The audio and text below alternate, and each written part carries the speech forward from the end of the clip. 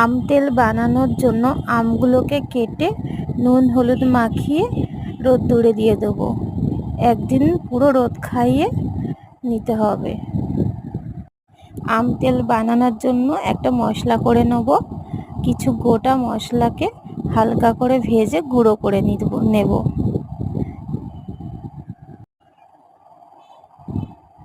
এবারে কড়াইতে তেল, শুকনো লঙ্কা, পাঁচফোড়ন দিয়ে আমগুলোকে দিয়ে হালকা করে ভেজে নেব।